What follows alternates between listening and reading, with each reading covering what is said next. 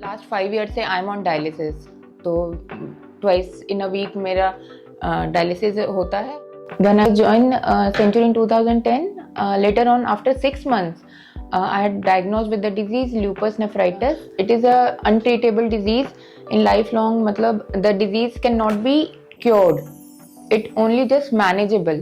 My immune system is damaged. It attacks on my body parts like my kidney, like my liver and my heart, all these. तो survive करना बहुत ज़्यादा मुश्किल हो गया था. मेडिसिन चल रहा था. There is a heavy medicine, there is steroids और बहुत सारा हैवी मेडिसिन था.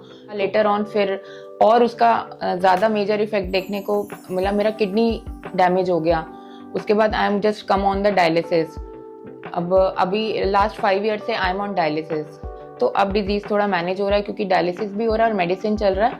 तो now it's stable.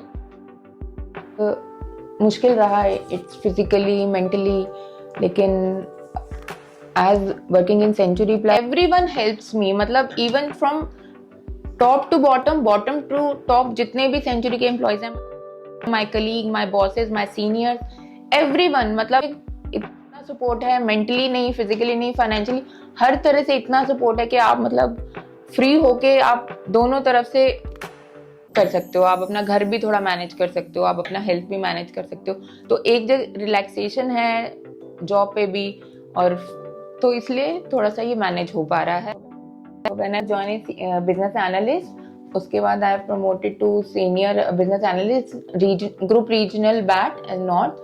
After that I got promotion as assistant manager. So इतने मुश्किल के बाद भी काम पे फोकस किया अपना, क्योंकि एक रिलैक्सेशन था. एक मालूम था कि आपके पास चारों तरफ से सपोर्ट है हर चीज़ का. एप्रिसिएशन भी मिला जहाँ एप्रिसिएशन मिलना था. तो बहुत कुछ अचीव किया लाइफ में यहाँ पे आने के बाद. 2012 I have got married. 99.9% couples होते हैं जो आफ्टर मैरिज किसी ऐसी मेजर डिजीज से मतलब लड़ते हैं, तो दो स्पाउस उनको हेल्प करते हैं, उनके साथ रहते हैं. बट 0.1 ऐसे होते हैं जो पहले से भी ये बात जानते हैं ये डिजीज ऐसा है, आगे कभी ट्रीट नहीं हो पाएगा. Even although I have 2 miscarriages in my life, और वो जानते भी थे, डॉक्टर्स ने सब बता दिया था पहले से. कहते बस तुझे मालूम है, मुझे मालूम है, किसी और को बताने की कोई जरूरत नहीं है. तो he supports me a lot. I have no words to explain his support to me. ऐसे कहना कि इतनी हिम्मत कहाँ से आई, दैट इज, ये तो गॉड गिफ्ट है, टू बी वेरी ऑनेस्ट. मेरे फादर भी यही कहते थे कि बेटे हारना नहीं है, लड़ना है. आप जब मॉर्निंग में कई बार उठते हो उस टाइम पे लगता है कि आज नहीं जा पाएंगे ऑफिस, आज शायद नहीं हो पाएगा. बट फिर देन याद आ जाता है किसी एंड ऑफ द डे आपको, आप सो गए तो फिर आप सो गए, आप कुछ नहीं कर पाएंगे.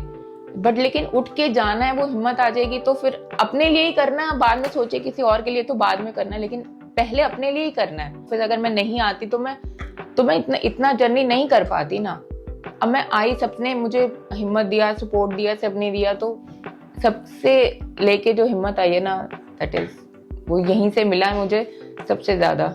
तो ये बात वो बहुत बोलते हैं कि आप जॉब कर रहे हो तभी तक जिंदा हो. मैंने कहा ये बात तो सभी बोलते हैं कि मैं जिस कंपनी में जॉब कर रही हूँ वहाँ का एनवायरनमेंट इतना अच्छा था कि मैं इतना सरवाइव कर पाई.